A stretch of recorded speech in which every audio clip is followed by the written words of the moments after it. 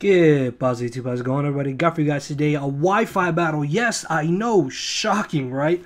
I apologize that I haven't been posting these very frequently. It's just that I've been really busy with life and stuff. But hopefully, starting from now on, after this upload, I can get Wi-Fi battles up more frequently for you guys. So if you do enjoy this Wi-Fi battle, then make sure to hit that like button, guys. Much like always, let's try to get 300 likes. I know it is a bit of a lengthy battle, but it did turn out to be a really, really good battle.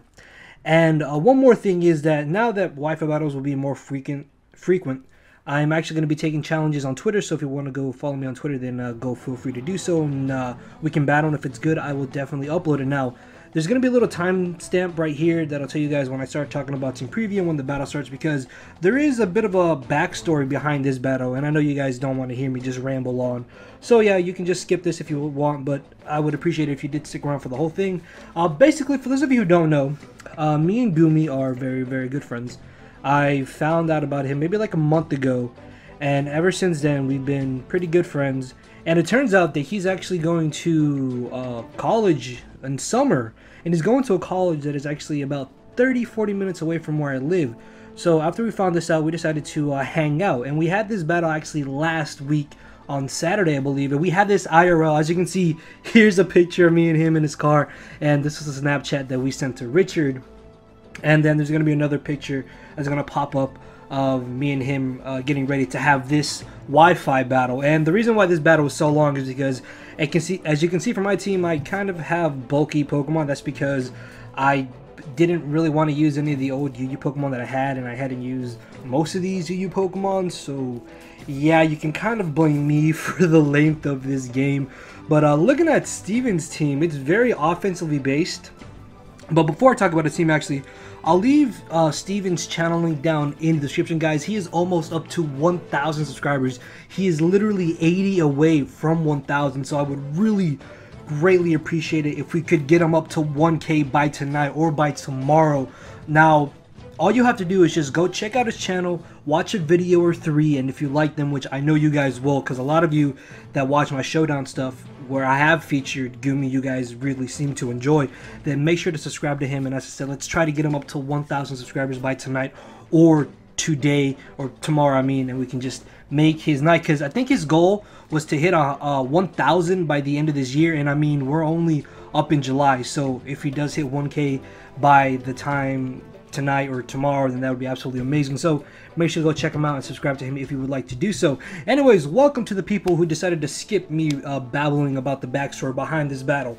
Now, looking at team preview, obviously I do have a very, very bulky team, with Mega Aerodactyl being my Mega of choice. Also, for those of you who don't know, a Tornadus is actually currently being tested in UU, or it was when we had this battle, so don't think, oh, why are you bringing in OU Pokemon to a UU battle, Leo, you noob. No, I know. And looking at Steven's team, it's very offensively based. He has Victini, he has Shaman, he has Nidoking, Machamp, Raikou. The only real wall that I see is going to be that Empoleon. And going into this battle, the biggest threat I saw on Steven's team was actually going to be that Victini, just because Victini, once I lose Slowbro, can destroy my entire team. So I really have to watch out for that. So he's going to be leading off with said Victini, as I'm going to be leading off with my Tornadus. The reason why I stayed in is because I thought that I would actually be able to live a Bolt Strike if he turned out to be a Scarf variant, and then I could get a free U-turn into my Nidoqueen and get on my Stealth Rocks. But no, it turns out that he's actually Band-Aid, judging from the damage that he did to my Slowbro, as he U-turns right on now into the Raikou. I thought that my switch into Nidoqueen, was way too obvious. So I'm thinking that he's probably going to go for the extra sensory or go for the hidden power ice. So I decided to switch directly into my Blissey. But no, he does make the very safe play by going for the Volt Switch. It is very early on in the battle, so I should have honestly just made the safe play into Nidoqueen, and then I would have been able to get on my rocks this turn, which actually really would have been a good help in this game. As he Volt Switches into the Machamp, I really do not want to stay in and take a Dynamic Punch, so I switched directly into my Tornadus on the off chance that maybe he wanted to go for the knockoff, thinking that I would bring in my Slowbro. This way I could possibly go for a knockoff of my own, or maybe go for the Air Slash. Unfortunately though, he does end up going straight for the Dynamic Punch, and fearing that I'll hit myself in confusion and him going for an Ice Punch or Stone Edge, I switch right into my Slowbro as he brings in his Apollyon. I'm honestly in a position where I can just safely go for a Scald, because I'm not gonna lie, I was hoping I would burn this Empoleon, which thankfully I do manage to get the burn on the very first Scald. So that was definitely lucky on my part, and Steven was actually really raging at this point. So I'm gonna, I believe, actually switch out into my Blissey this turn, on the off chance that maybe he wanted to go for like a Toxic or something along those lines, as he makes a very nice double switch into his Machamp. Obviously, I cannot stay in with my Blissey because I'm going to get utterly destroyed by a Dynamic Punch. So I'm going to make the safe switch back into my Slowbro because I don't want to switch directly into my Tornadus and risk him possibly predicting that and going for an Ice Punch or a possible Stone Edge. But he does ultimately end up making the safe play, which is going for the Dynamic Punch, which honestly is not a bad play whatsoever because he can use the free turn that I'm forced to switch out or the turn that I hit myself in confusion to his advantage. So I make the risky play and I stay in and I go for the Psychic, as he actually ends up switching into a Shaman. I guess maybe thinking I would want to switch out, or maybe thinking I would want to go for the safe Scald. That is not the case though, and seeing that his Shaman has leftovers, I automatically knew that he was going to be a Sub-Seed variant of Shaman because those are really the only type of Shaman that tend to carry leftovers. So I knew that this thing was going to be a major pain in my ass, which means that's even more of a reason for me to keep around Tornadus, as I just go straight for the Air Slash. Thankfully for me, I do not miss, and I'm going to be able to easily break his Substitute, as he does turn out to have the Elite Seed, which is rather annoying. Then again, because I do outspeed Shaman, if Steven really wants to stay in, I'm very positive that an Air Slash should be able to knock him out. And with me knowing that, I'm actually going to end up going for the U-turn because there's really no reason for Steven to stay in, unless for some reason he was going to bank on me missing Air Slash, which I only had a 5% chance to do so. So those were really not good odds for him to stay in with Shaman. As he does bring in the Raikou, I U-turn into my Nidoqueen, and then I'm thinking, okay, the Earth Power is very obvious, right? So he's going to switch out into his Shaman to take the hit, right? So I go for the Sludge Wave, and even though I am modest max special attack with Life Orb, Sludge Wave still fails to knock out this Raikou, which was actually really frustrating because this would have been one less thing that I had to deal with in this battle. And judging for how much damage the Hidden Power Ice did to my Nidoqueen, I know that this thing is choice spec, so I really am fearing nothing by switching directly into my Slowbro.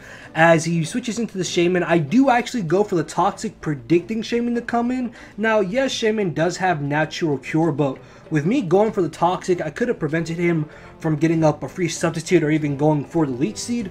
Although I guess in the long run of the battle, it really doesn't matter because he actually ends up making a very aggressive play in going for the Seed Flare as I switch directly into my Tornadus. Thankfully for me though, he doesn't end up getting a crit, which is really nice because, as I said, Tornadus is going to be a major help in this battle. Unfortunately, Air Slash just barely misses the KO on Shaman, and this is where me getting up Stealth Rocks really would have come in handy because I would have been able to get rid of the Raikou and get rid of the Shaman already in this game, and I just mispredicted very early on in the battle with me bringing in Blissey as opposed to bringing in my Nidoqueen, and it does really cost me as I go for the U-turn this turn, predicting him to switch out, thinking that I would want to go for the Air Slash. I U-turn now on the incoming Nidoking as I bring in my Alakazam. Now, I was sitting across Steven saying, "You're Scarfed, right? You're Scarfed. You have to be Scarfed." And he had the most guilty grin on his face. So, fearing and knowing that he is Scarfed, I actually switch out directly into my Blissey. But you're going to see that if I had just stayed in on this Nidoking and gone for Psychic to knock it out, this battle would have gone 10 times easier for me. So as I bring in my Blissey, I believe he got a crit. The crit really doesn't end up mattering, or it might have already happened. I don't really remember, sorry. But I'm just going to go for the safe Soft Bolt as he brings in the Machamp, predicting me to do that and knowing that Blissey can really do nothing to Machamp. I'm going to switch back into my Slowbro, not wanting to risk him possibly having the Ice Punch or having the Stone Edge, as he does end up going for the Dynamic Punch once more. And much like earlier in the game, I'm in a position where I can go for the offensive move, I can even go for Toxic, or I could possibly even pull a double switch, and I do actually end up switching out into my Aerodactyl. And because Aerodactyl is going to be faster than his specs Raikou, I'm going to take this opportunity to go ahead and Mega Evolve. This way I have the much greater speed of Mega Aerodactyl than regular Aerodactyl, as I'm going to be able to knock out the Raikou with the Aerial Ace. I no longer have to worry about it, and it being able to freely Volt Switch as he brings in the Nidoking. Knowing and fearing that he is Scarfed, I am going to switch directly into my Blissey, expecting him just to want to go for like Ice Beam or Thunderbolt or something along those lines, but he makes a very, very nice double switch into his Victini, and I almost stayed in with my Aerodactyl to go for the Aqua Tail, and if I had done that, I would have been able to get rid of this giant ass threat known as Victini. As I bring in my Nidoking, I was really hoping he would actually go for either the U-turn or the Bolt Strike, and if he did go for Bolt Strike, I would have finally been able to get on my Stealth Rocks. That is not the case though, as Steven makes a very aggressive, straightforward play, and he goes straight for the V-Crit, as I can now get a free switch into my Tornadus. I literally lose nothing by just going for the knockoff. Even if he wants to switch into Empoleon, I knock off his leftovers, and then I can go for the U-turn, coupled with the burn damage. It's going to get severely worn down as I get a crit with knockoff.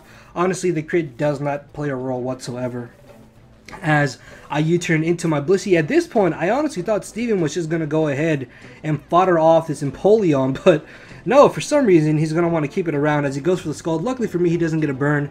I say that just because I would have taken more damage, obviously, than I would have if he didn't get the burn, and my Blissey would have been at a lower amount of HP. As he switches into the Machamp, I believe I make a very bad plan. I go for the Wish.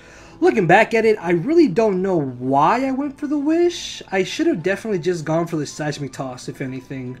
As this turn, I'm going to switch into my Slowbro. And this is where Steven reveals that he actually has the Stone Edge. So thankfully for me, I didn't switch into my Tornadus, which I was actually very, very close to doing so. And I'm in a position where I can just safely go for a Psychic or go for a Scald, or maybe even go for a Thunder Wave. Not Thunder Wave, sorry, Toxic. I think I have Thunder Wave on my different Slowbro. Sorry, I have a bunch of Slowbros. This one had Toxic, my bad, my bad.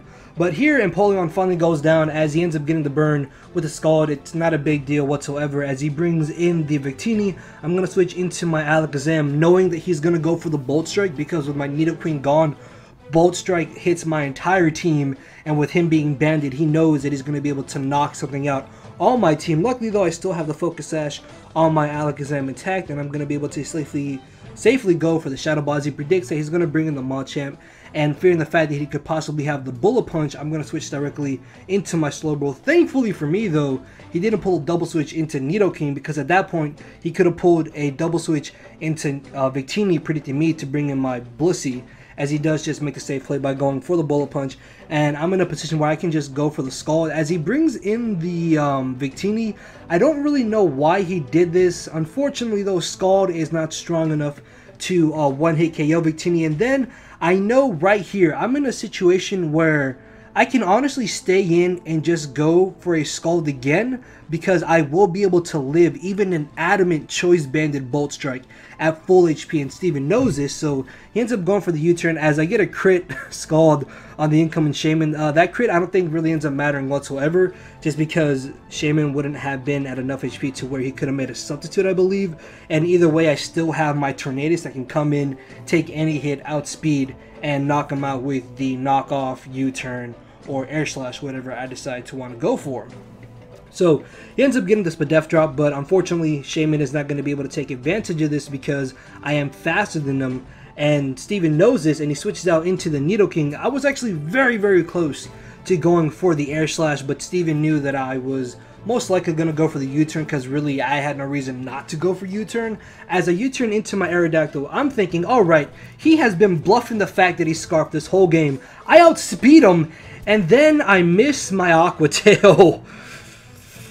Oh, I cannot tell you guys how frustrated that made me, because I would have been able to knock out this Nidoking, meaning that I wouldn't have to keep Blissey around for it, and then Victini wouldn't be a problem because my Aerodactyl is faster than him because he is banded. And that miss basically put the nail in the coffin for me. I was going to easily win this game, and then it came down to a 10% chance of Steven winning, and I missed my Alcatel. As he bolt strikes my Slowbro, he's going to be able to easily KO me. And at this point, I'm just going to speed up the end, guys, because there's really nothing else for me to say outside of the fact that Nidoking is actually scarfed. He showed me, but it turns out that he was modest scarfed, which is why my Aerodactyl was able to outspeed him, and is going to explain why my Alakazam and my Tornadus are not able to outspeed him. And that is going to be Steven's victory. And just, yeah, it was a little bit upsetting, but in the end, it was definitely a fun time. Because it's always great to be able to meet YouTubers in real life, and we even got to hang out. I think we went to like Adventure Landing. We played we played mini golf, rid the go-karts, and just it was an all-around great time. And hopefully we can record sometime soon in the future. It's just I've been really busy, as I mentioned at the beginning of the video, with personal life stuff, and I just have not been able to. But hopefully you guys did enjoy this very lengthy battle. For the 5 people that are still here at the very end, then please make sure to hit that like button, guys. Your support is greatly appreciated, especially on Wi-Fi battles, just because Wi-Fi battles take a lot longer to do than like showdown lives and all that shenanigans. So I do put a lot more work into these than that I do showdown and stuff. So please show the video support if you did enjoy it. Also, if you missed my previous Wi-Fi battle, which was a live Wi-Fi battle, that is playing on your screen right now, so you guys can go check that out. And if you missed my previous upload, that is also on your screen right now, and you can go check that out. And with that being said, guys, I will hopefully see you all tomorrow. If not, then I will definitely see you Monday. It's just, it depends if I'm able to record tonight for tomorrow. And just, yeah, later, everybody. Thank you for watching.